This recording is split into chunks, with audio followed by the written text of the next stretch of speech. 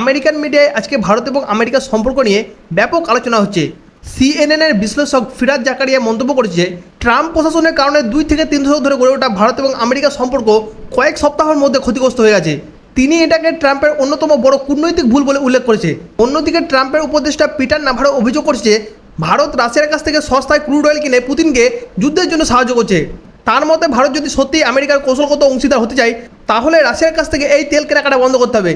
কিন্তু ভারত এখানে স্পষ্ট বলেছে, আমাদের রাশিয়ার কাছ থেকে তেল আমদানি সম্পূর্ণ ব্যবসায়িক সিদ্ধান্ত। এই তেল আমদানি করার জন্য ভারতের এক বছরে প্রায় $25 বিলিয়ন লাভ হয়েছে।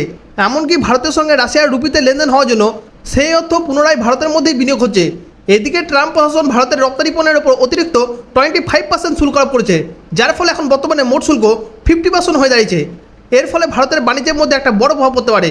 আর তার জন্যই বর্তমানে ভারত এখন বিকল্প বাজার হিসেবে আসিয়ান দেশ, আফ্রিকা, ল্যাটিন আমেরিকা এবং দক্ষিণ এশিয়ার দিকে নজর দিচ্ছে।